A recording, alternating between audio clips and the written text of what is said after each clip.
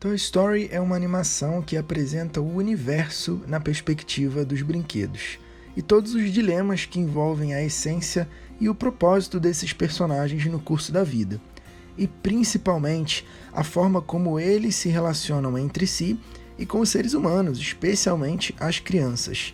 Diversos desses personagens são brinquedos que existem ou já existiram na vida real, e até mesmo os personagens que foram criados exclusivamente para o filme também fazem referência aos brinquedos clássicos que marcaram a infância dos diretores. No vídeo de hoje, eu vou apresentar para vocês a origem de cada um desses brinquedos. Lançado em 1952 pela empresa James Industries, o Slinky Dog foi idealizado por Ellen Herrick Most como a evolução de uma linha de brinquedos de mola já existente. O acréscimo do cachorro foi uma ideia que rendeu cerca de $70 mil anualmente para ela por 17 anos, como participação nos lucros com a patente do novo brinquedo. Foi um sucesso absoluto de vendas e continua sendo produzido até hoje. Essa versão que vemos em Toy Story sofreu algumas alterações para se comunicar melhor com a identidade visual do filme, e esse novo conceito acabou se tornando a referência para o que vemos até hoje. Barrel of Monkeys, ou Barril de Macacos em português, é um brinquedo clássico da década de 60. Eles foram criados em 1961, mais precisamente pela dupla Leonard Marx e Milton Dinhofer. No entanto, foram lançados somente em 1965 pela empresa Lakeside Toys. Atualmente, eles são feitos e distribuídos pela Milton Bradley Company, que é uma subsidiária da Hasbro. Originalmente, os macacos eram da mesma cor que o balde, mas com o tempo passaram a apresentar cores variadas, e uma das mais vendidas foi exatamente a amarela, que aparece em Toy Story, sendo utilizada até mesmo pelos outros personagens para alcançar alguma coisa distante, ou nas brincadeiras do Andy como parte do grupo de vilões, a morte pelos macacos do maligno Dr. Porcão. O brinquedo continua sendo produzido até hoje, no entanto, essa versão amarela é um pouco mais difícil de encontrar devido exatamente ao sucesso do filme.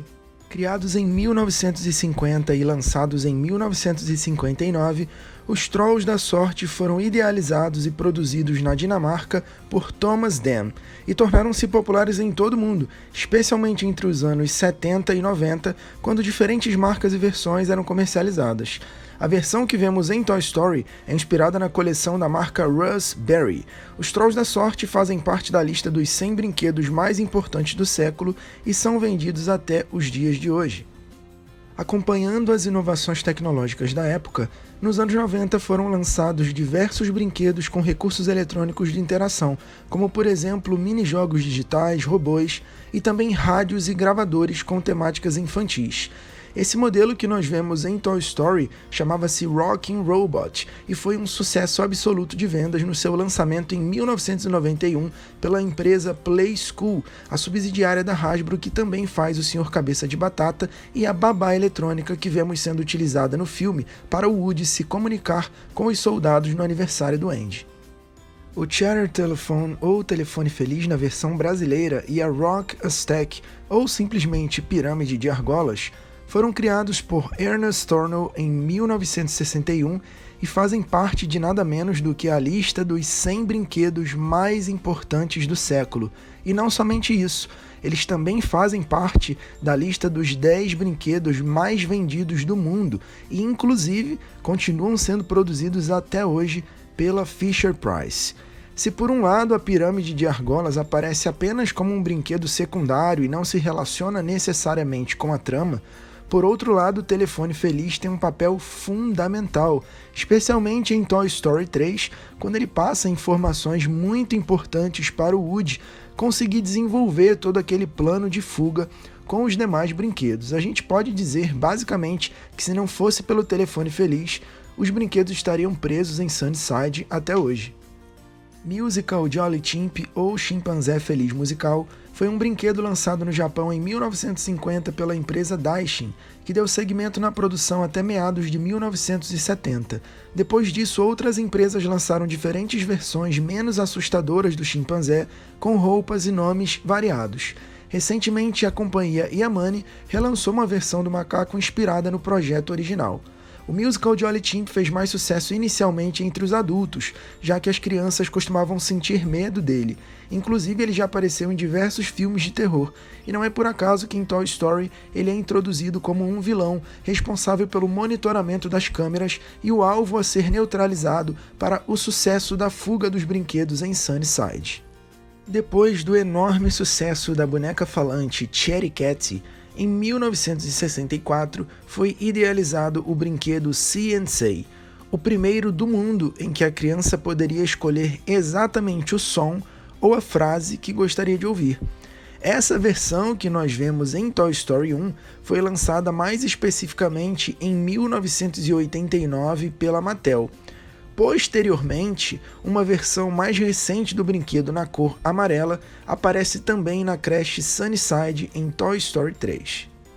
Presente em diversas cenas importantes do filme, o Etch-a-Sketch, conhecido no Brasil simplesmente como tela mágica ou traço mágico, é um brinquedo de ação mecânica com o propósito de fazer esboços e desenhos. Ele foi criado por André Cassagne e o ano de lançamento foi 1960, com uma campanha de publicidade televisiva inovadora da empresa Ohio Art Company.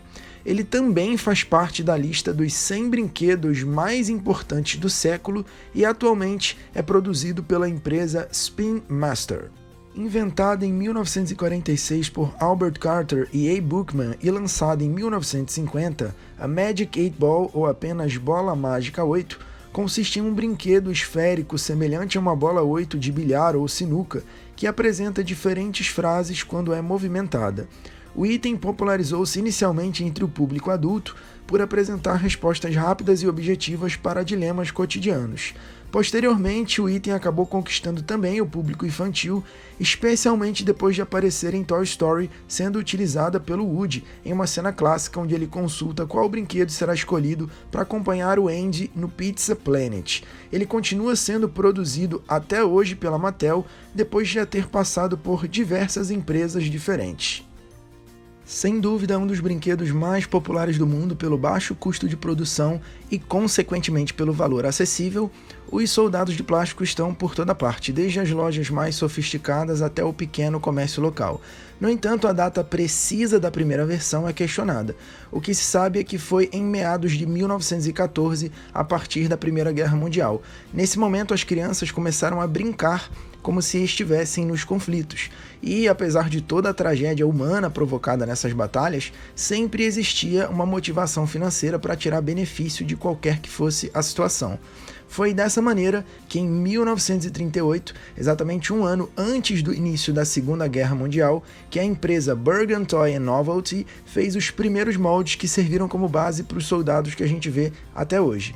Os brinquedos também eram usados para minimizar o terror causado na guerra, ilustrando de forma lúdica a importância das batalhas, que muitas vezes acabava provocando a separação dos pais e filhos, em alguns casos até de forma definitiva.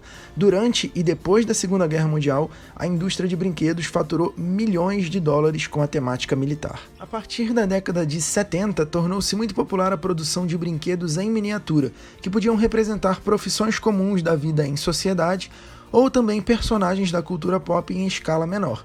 Foi nesse mesmo período que a empresa Little Tikes lançou a linha Total Tots de figuras e veículos, com o objetivo também de rivalizar com a empresa alemã Playmobil, que já fazia muito sucesso desde 1974. O modelo que nós vemos em Toy Story é referente ao caminhão de bombeiros de 1986, que foi um sucesso de vendas. Criado por George Lerner em 1949 e lançado em 1952 pela Hasbro, o Mr. Potato Head, ou Senhor Cabeça de Batata, é sem dúvida o brinquedo de maior sucesso que nós vemos nos filmes de Toy Story, e é exatamente por isso que ele aparece logo na primeira cena. Protagonizando o primeiro comercial de brinquedo na televisão do mundo e permanecendo na lista dos 100 brinquedos mais importantes e mais vendidos do século até hoje pela Playskool, que é uma subsidiária da Hasbro. A versão que aparece no filme sofreu pequenas alterações em relação ao modelo tradicional e contribuiu ainda mais na popularização do brinquedo entre as crianças da nova geração. No ano 2000, o Sr. Cabeça de Batata foi incluído no Hall da Fama dos Brinquedos, onde permanece como um sucesso até hoje. Barbara Millicent Roberts, ou apenas Barbie, é claro que a boneca mais famosa do mundo não poderia ficar fora dessa lista. A Barbie foi criada por Ruth Handler, que é ninguém menos do que a cofundadora da Mattel. Ela passava férias na Europa quando a sua filha viu essa boneca aí, a Bild Lily, uma boneca alemã que não era destinada para o público infantil. Foi com essa inspiração que a Ruth, regressando para os Estados Unidos em 1959, lança aquele que seria o produto mais famoso e mais comercializado da Mattel até hoje. A Barbie foi inclusive pretendida para estar em Toy Story, inclusive sendo o par do Woody, personagem que veio a ser trocado pela Bo Peep, a Beth. Na ocasião, a Mattel teve medo de associar a imagem da Barbie com um filme que poderia dar errado. Eles cometeram um terrível erro que teria sido reparado no futuro com a introdução da boneca na trama, seguida pelo seu companheiro Kennedy. As versões que aparecem em Toy Story são inspiradas no lançamento de 1983 Great Shape Barbie, e no caso do Ken, foi o modelo Animal Loving Ken de 1988.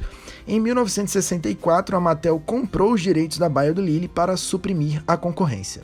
Criada por Ruth Handler, a mesma criadora da Barbie, e também por Elliot Handler, a boneca falante Cherry Cat foi lançada em 1959 pela Mattel e foi um sucesso absoluto de vendas. Ela foi homenageada em Toy Story, servindo como inspiração para o desenvolvimento da personagem Gabi Gabi.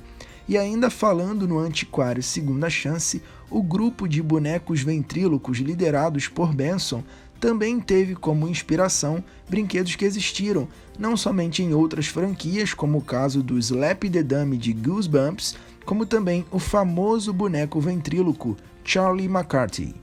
Rejeitado pela sua criança por não ser capaz de reproduzir os saltos como apresentados no comercial de televisão, o piloto canadense de manobras Duke Caboom é um brinquedo do antiquário Segunda Chance que tem uma clara inspiração no piloto real Evel Knievel. O sucesso dele foi impressionante, ao passo que em 1970 um boneco do piloto foi lançado e foi um sucesso absoluto de vendas entre as crianças que ficavam impressionadas com os saltos extravagantes que ele fazia.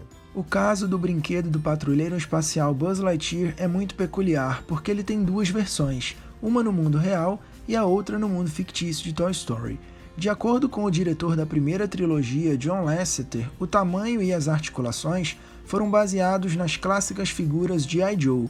As cores eram as favoritas do diretor, o roxo e o verde.